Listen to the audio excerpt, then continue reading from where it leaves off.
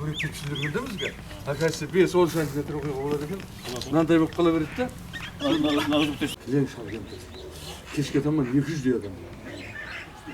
Енді соларға жағдай жасау үшін мен айтып отырмын да, біреу зал деп атап беріп қойған. Бұл мамандандырылған деген сөз бола береді.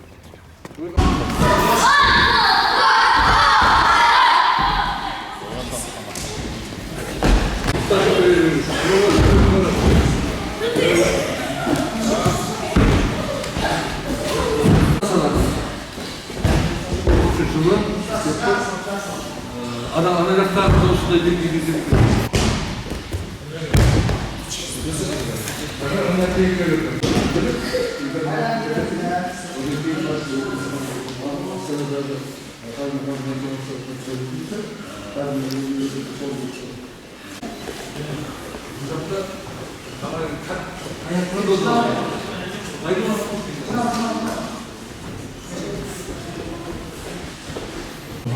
Son tavuk aldım diye.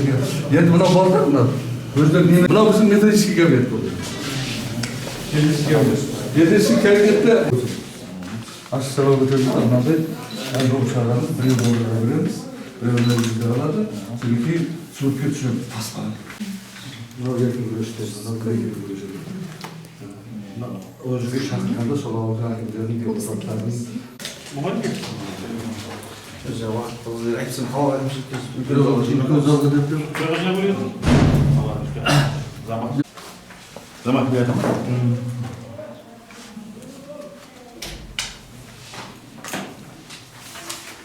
Kaçın yanında sağda şüphem mi? Bütün zamanında böyle yapıyorum. Siz böyle şu mu? Böyle şey. Olmuş bir iki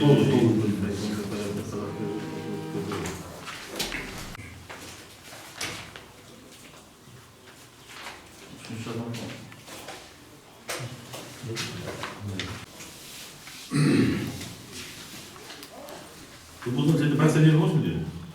Hiç bilmiyorum ya. Çok böyle. Yok böyle biraz starçılar bana kalan yüzünü bilmiyorsun mu? Staş ne böyle yapıyor? Ya kayıtlar sonra çok yana jüri toplar. Nasıl olur? Bunun üç kötü var. Var senin yeri var, masası var. Ben cinavat etti. Ya. Bir satış üçün bunun var orada. Yok cinavat.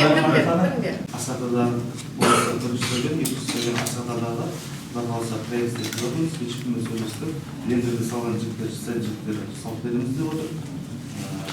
Yılda көрсетілген специализированный 1 миллиард 200 миллион қолымыз кеше кешкіден өзіміз тапсырмамыз бойынша енді алып барамыз. Болса қайта зерделеу көтеріп жатыр, сосын жүреміз оған. Жалпы жағдай спорт іс-шараларымыз күнделікті жетістіктермен жетіп отыр.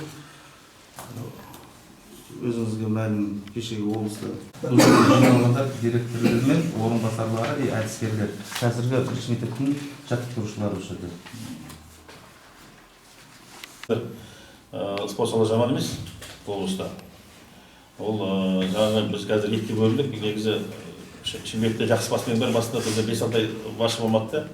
Сол жаңағы жақсы спортшылар хаттамаға чемпион алып кетті. Бірақ қалғанда оның бәрі өзі ауылдың балдары. Ол жаңағы қаланың нақты балалары емес, бәрі осы соның 90% ауылдың осы есе сияқты ауылдың балалары бәрі. Біз соны уақытында соны ұстап қала алмадық та. Ол жағдай боларсы болды, өтіп кетті. Бірақ енді осы сіздер біздер болып, біз енді осы облысты түзетуіміз. Қазір жалпы облыста Түркістан қаласында көптеген нысандар салынып жатыр. Кеше ғана осы бітіп, бүгін қазір үлкен бір іс-шара өтіп жатыр. Централизм подготовка дейді, соған үлкен зал салынды. Солтүстік Қазақстан облысы салып берді бізге. Үлкен игровой залы бар, жақсы өтетін. 2000 адам отыратын. Енді үлкен жерде халықаралық дәрежеде жақсы өткізу болады. Сонда зал саламыз, салынып жүрді, құдай қаласа мая кетті. Спорт школ билеттері кесілді. Спорт чемпионаты білейік үшін, көрсін, мына ауданның спортқа дамып жатыр. Ана айқамасаң бокстан, мына анда, ана үлкен спорт комплекс, мына кімнің жаңағы несі, енді ызғалдырып жүрді, онда ызғалдырып жүрді. Қандай спорт түрі болмасын? Мына мектептердің жаңағы спорт түрлері бөлген кезде бір мектеп басқаша идея бастауы керек, бір мектеп болар керек. Бәрін арасында жібергенсіздер. Олай болмайды ондай. Қазір заман басқа ма? Заман талабы басқа. Төрдің мектеп залдарында қазір ол көрмейсің, ол осы яғни нәрсе болады. Жаңағыдай спорт комплексі керек. Қазір бізде 11 ауданда спорт комплексі бар. Жаңа айтып бір миллион бәрі за келуде кетуде оңай, пойызбен кет. Енді құлағансы келесізден болса, Түркістанда үлкен дәулет спортта. Күзге жеткізеді бармыз. Залдар болса түрмейді. Сонда қатты сонда жетсеңіз жарысып жүрген болмайды. Үлкен зал жоқ та, жаңағыдай комплекс жоқ. 3 ай берсе яғни. Неге тұрғанмын? Жақсы спортсменде басқа жақсы жерге болмайды.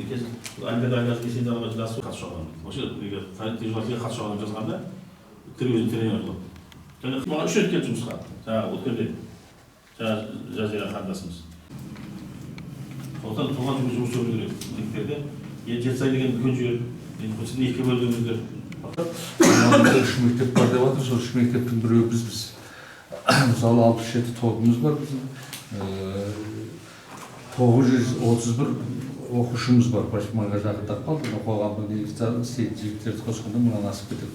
Біз ол саясатты ұстағанымыз жалпы ауылдық жерлерде спортты дамыту және %% қатысу деген бағдарлама бойынша жұмыс істеп жатырмыз. Ал егер шын мәнінде біз бар жоғы 23 жаттықтырушымен істейтін болатын болсақ, жоғары топтар адамдар азайып кетеді, басқаға да, бірақ дегенмен біздер түрлі жолдармен адамды азайтпаймыз, топты да азайтпай істеп жатырмыз. Бізге айтқан сын ескертпелеріңізді өте дұрыс айтып өттіңіз. Мынау жалпы біздің құрылғанымызға 2001 жылда бері құрылғанбыз бұл. Сол кезде мына Досшаған қазір біздің осы мектептен себебі апарып түсіргеніміз кейін кім Бағдат Әлімбеков біздің осы мектептен апарып өзіміздің қолымызға тапсырған мектептің интернаттың директоры тұрғанда. Басқа ауылдық спортшыларға қарағанда жаттықтырушыларға біз 25% төмен аламыз. Ол бір, басқа жақтардан біз жаттықтырушы алмайтын себебіміз олар қайтып кетіп қалады дейміз де, өзіміздің оқыған оқушылардың барлығы қайтып өзімізге алып келатырмыз. Мына жерде даладан келген бір де жоқ. Мына отырған балдардың бәрі өзіміздің баяғы жастар құрамасында бокс ойнаған жігіттер, таеквондодан жастар құрамасында болған жігіттердің бәрі қайтып өзімізге алып жатырмыз. Жалпы жұмыс жүріп жатыр. Ал енді мынау Бейсебай Исмайыл жөнінде маған сіз 2 рет ескерту жасадыңыз, ол ескертуді қабылдадым, бірақ біз қорытынды шығарамыз деп айтқан болатынмын сізге. Одан қорытынды шығарылды. Бұл қанша қалада болғанменен, ана жақта жүргенменен барлығы федерацияда бұларға айлық төлейді екен да, бұл бала өзі кредитке оқыған. Кеше келді, мен айттым, келтіреміз деп келді, келмегенде штраф төлейсің деп жатыр екен бұл. Сондықтан бізге қазір ресми түрде помощник қылып қабылдадық. Бізде бұйрық бар кірді. Бұны ертеңгі күні кеше финалға шықты ғой, Болгарияда финалға шықты бұл. Егер Құдай жарылқап жаңа Олимпиада кететін болса, мен сізге барлық құжатының бәрін апарып, мына біздің бала екенін дәлелдеп беремін. Мен мойныма алғам сіздің алдыңызда, және қайталап айтамын. Ал енді жалпы мынау бізде 7 нүктеде жұмыс істейміз бұл, 7 нүктеде. Оның 4-еуі ауылдық жерлерде. Содан кейін барып қалған біреу кентте, екеуі осы Жетісай қаласының ішінде. Біз енді осы ана күні өзіңіз айттыңыз ғой, бұл облыстағы ақсақал болып тұрсыз ғой, тәлім тәрбие көрсетсеңіз. Қолымыздан келгенше барлық әрекет жасап жатырмыз. Бүгінгі күнге дейін бізде жалпы грек-рим күресімізді өзіңіз көріп жатырсыз, жағдайымыз. Таеквондо, каратэден қазір бірнеше жігіттер облыстың құрамында, республика құрамында жүр. Қазір Құдайға шүкір жаман емеспіз. Жалпы балдардың қабылдануы басқасы. Содан кейін аз қамтылған, жетімізден келген қағаздарды соған қосып, біздер әр апта сайын аудан аралық жарыстардан бізде облыстар ең көп өтетін іс-шара өткізетін аудан болып тұрмыз қазір.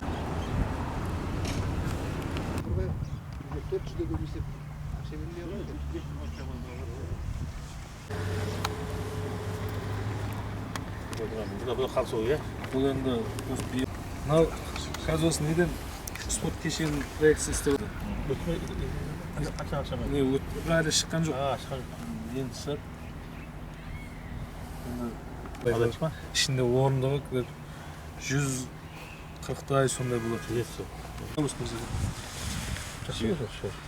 Кейін мынандай 3 не салып өзі қарап өзіне алады. Осы Мырзакентке 2, Атакентке 1 салып жатыр. Бұл жағын адам өз рұқсат беру үшін бұл жағын отыр. Соған осының несі істеді. ипподромның уақытында келбесе деп ғой ой осы жыл келесі жыл көрмесең бір жет күйіп кеткен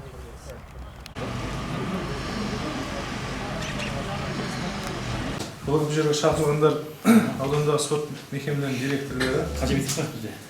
2 спорт мектеп, 1 футбольный клуб. Кейін негізінен қатысып отыр. Сөз сізге. Болды ма? Ауданда 3 мектеп, жаңа футбол мен клуб қосылғанда. Енді біздің оңтүстік өңірі орта спортта өте жақсы болған білесіңдер. И болады да. Ол жаңағы негізі білесіңдер бокс. Олимпиадаға бар, Олимпиадада біз адам береміз боксқа. Түр болмасын. Ол негізі береді сіздер бар ауыл жерден. Осы тренермен жақсы үлкен контакт жұмыс. Мысалы, қандай институт болсын, институт бар деген не бар, республиканский частный обязательно біздің облысқа жаман көрсеткіш емес. Соның бәрі осы ауылдан шыққан жігіттердің арқасында қолданған арасында, спортшылардың арқасында. Кеше Ақтөбеде біз уже 200 бірдеңке қанша? 268 Ашқа асып кеттік. Сонда ұлттық спорт біздің облысымызда өнектер ма? Және жаңа неде болды? 11 спорт түрі бар.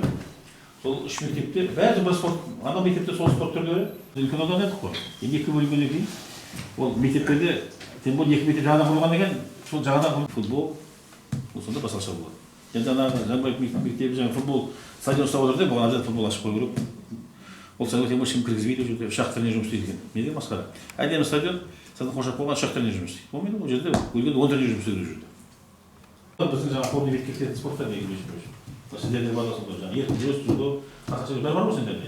Солар жаңағы біз қазірден бастап енді бәрі заңды бекіскенде сол бәрін жаңағы немен қаратып, несін жасап, долға тұрып, кім Шермахан кімді?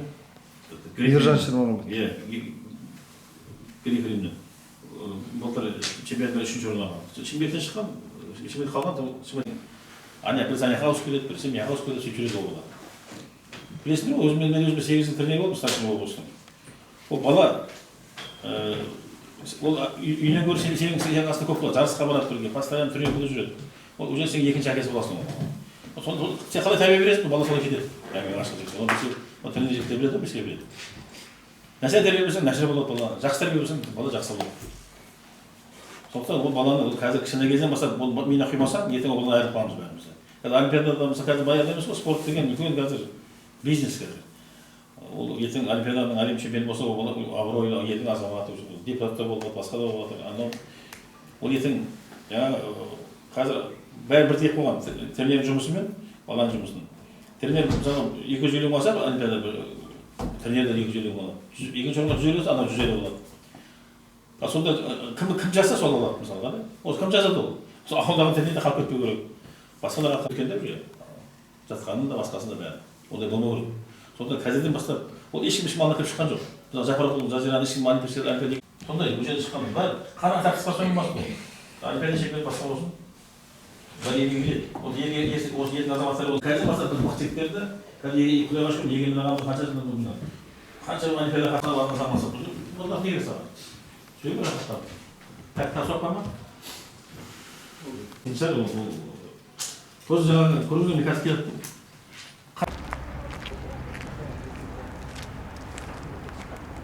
Астан ойнаған кезде ма? Иә, сөйтіп үште бір ұтып жібергенбіз кубокта. Кейін Саян звондайды, саған не істедіңіздер деді. Өздеріңіз ғой екінші тауып. 1,5 миллион теңгеге. Спонсор берген. 1,5 миллион теңгеге. Спонсор. Маған 2 миллиард. кружка бар ғой мынау. Ой, мынау. Мынау не ғой? Адамдан кейін мына мына қалай болады? Бұл основной болмаған ғой. Енді жаңағы осы жерде жаңағы ертең сборды осы жерде өткізеді бұлар.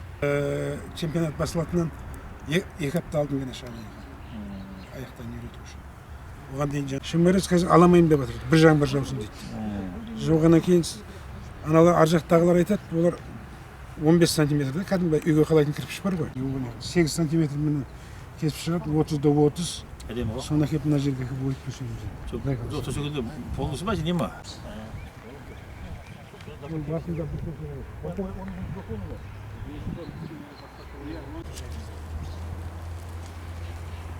Енді биыл жалпы ремонтқа ақша сұрап жатырмыз.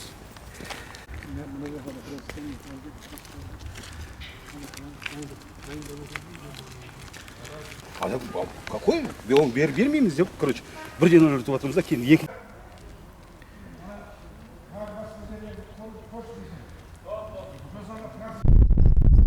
Жалпы Мақтаарал футбол клубының жұмысын айтатын болсақ, енді дайындықты осы жерде өткіземіз. Бізде Астана стадион бар, запасной стадион мынау жасанды газонды.